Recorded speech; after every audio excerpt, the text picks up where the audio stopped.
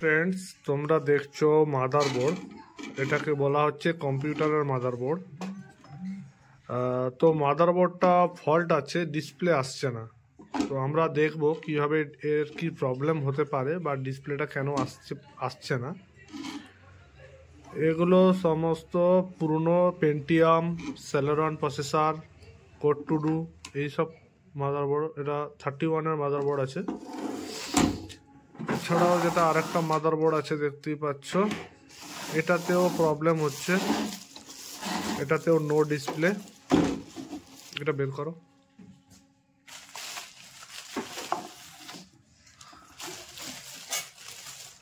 এটাতেও দেখতে পাচ্ছ, এটাতেও নো ডিসপ্লে এসছে। তো এটাও এসছে রিপেয়ার করার জন্য। তো আমরা চেক করব। পুরো ভিডিওটা দেখো, আমরা আস্তে আস্তে চেক করব। প্রথম এটা দেখছি, তারপরে এটা দেখব। দেখতে থাকো পুরো ভিডিওটা।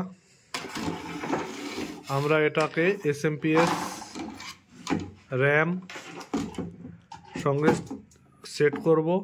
সেট করে দেখব এটার কি প্রবলেম হচ্ছে। ঠিক আছে, চলো দেখতে থাকো।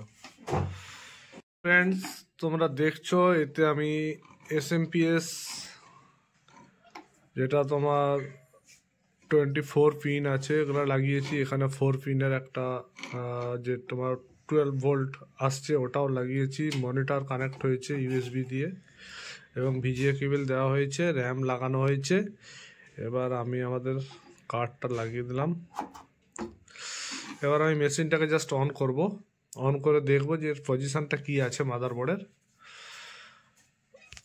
স্কিপ না করে ভিডিওটা দেখতে থাকো, তোমরা দেখতে পারবে। আমরা কিবোর্ডটা লাগাবো, কারণ আমাদের সুবিধার জন্য ডিসপ্লে আসছে কিনা সেটা চেক করার জন্য আমি কিবোর্ডটা লাগিয়ে নিচ্ছি।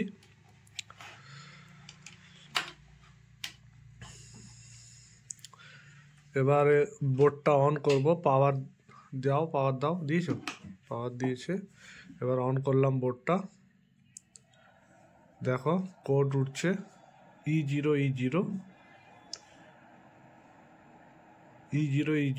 তার মানে ডিসপ্লেও দেখো নেই। ঠিক আছে, এখানে E0 উঠছে। তার মানে এখানে লাইটটাও তোমরা খেয়াল করো, দুটো লাইট জ্বলছে না। এটা হালকা জ্বলছে আর এগুলো জ্বলছে। তো তোমরা এই লাইটের ফাংশন বুঝতে পারবে না। তো আমাকে এখন কোড দিচ্ছে যে র্যামটা এরর দেখাচ্ছে, কিন্তু মেশিন ঘুরছে। ঘুরে যদি বন্ধ হয়ে যেত তাহলে এর অন্য সার্কিট দেখতে হতো। তো মেশিন যেহেতু ঘুরতেই আছে, সেহেতু আমাকে দেখতে হবে। এখন র্যামের একটা সিগন্যাল দেখাচ্ছে, তো আমি র্যামটাকে চেঞ্জ করব। মেশিনটাকে অফ করলাম। মেশিন অন অবস্থায় কখনোই র্যাম চেঞ্জ করবে না। মেশিন অফ করলাম। র্যামটা খোলো।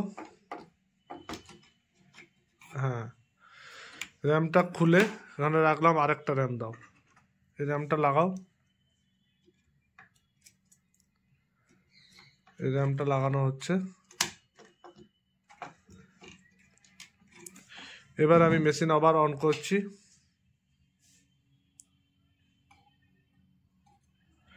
এবার দেখি কি করে দিচ্ছে। D5 2A ডিসপ্লে চলে এসছে। এই দেখো, এখানে তোমার কিবোর্ডে দেখো ডিসপ্লে আসছে। অর্থাৎ বোর্ডটা রেডি হয়েছে, ডিসপ্লে এসছে, কিন্তু এখনও মনিটরে আসেনি ডিসপ্লে। তো চলে আসবে মনিটরে, কোনো অসুবিধা নেই। একটু ওয়েট করতে হবে, দিলে মনিটরে ডিসপ্লে চলে আসবে। বা হয়তো কারণ আমার ডিসপ্লে চলে এসছে, এবার মনিটরে ডিসপ্লে আসছে না, তার উপরে দেখতে হবে। যদি না আসে একটু ওয়েট করার পরে।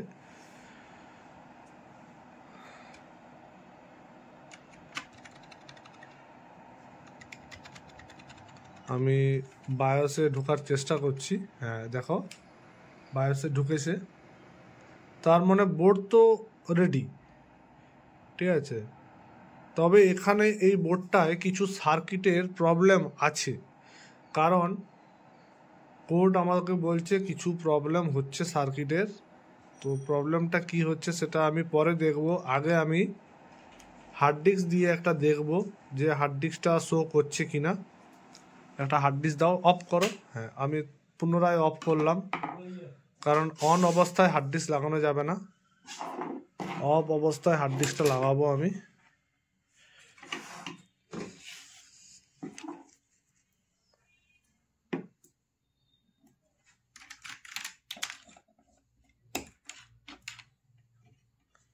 হার্ড ডিস্কের SATA কেবলটা লাগালাম, এবার SMPS থেকে পাওয়ার দিচ্ছি হার্ড ডিস্কে, দেখতেই পাচ্ছ। ওইখানে ইনফোটেক, বেলদা, পশ্চিম মেদিনীপুর। এখানে কম্পিউটার, ল্যাপটপ যেমন সেল হয় তেমন রিপেয়ারও হয়, ল্যাপটপ, ডেস্কটপ। তো আজকে আমি ডেস্কটপে দিচ্ছি, ল্যাপটপের রিপেয়ার অবশ্যই তোমাদেরকে কাছে নিয়ে আসবো কোনো কিছু প্রবলেম হলে। তো অ্যাকচুয়ালি আমাদের ভিডিও করতে টাইম হয় না, তো আজকে একটা সময় পেলাম তাই ভিডিওটা করছি। দেখো ডিসপ্লে এসছে, এবার আমি হার্ড ডিস্কটা দেখবো এসছে কিনা। তোমরা দেখতেই থাকতো পাচ্ছ, দেখো এখানে হার্ড ডিস্ক শো করেছে, 160 GB হার্ড ডিস্ক শো করেছে। তো হার্ড ডিস্কে দেখছি ওএস যদি থাকে তাহলে হার্ড ডিস্কটা তো খুলে যাবে, ওএস যদি থাকে হার্ড ডিস্কটা খুলে যাবে। তো দেখছি ওএস আছে কিনা, তার জন্য রিস্টার্ট করে নিয়েছি। এখানে উইন্ডোজ 7 আছে, তো আমি এন্টার মারছি, না ওএসটা খুলছে না, ওএসটা না খুলে এটা লাইনিং আসছে। যাই হোক, মোটামুটি তাহলে আমার মাদারবোর্ড তো রেডি আছে, ঠিক আছে। মাদারবোর্ডটায় র্যাম প্রবলেম হয়েছিল, তো যাই হোক র্যাম চেঞ্জ করে মাদারবোর্ডটা অন করেছি। তোমরা দেখতেই পাচ্ছ কোড দিচ্ছে, অর্থাৎ মাদারবোর্ড ওকে আছে। এবার হার্ড ডিস্ক থেকে হার্ড ডিস্কটা নিচ্ছে না, এবার এটাকে ফরম্যাট করে এটাকে রেডি করে নিতে হবে। তো আজকের ভিডিও এইটাই। তো আরেকটা যে মাদারবোর্ড আছে এর ভিডিওটা একটু পরে আনছি, ঠিক আছে।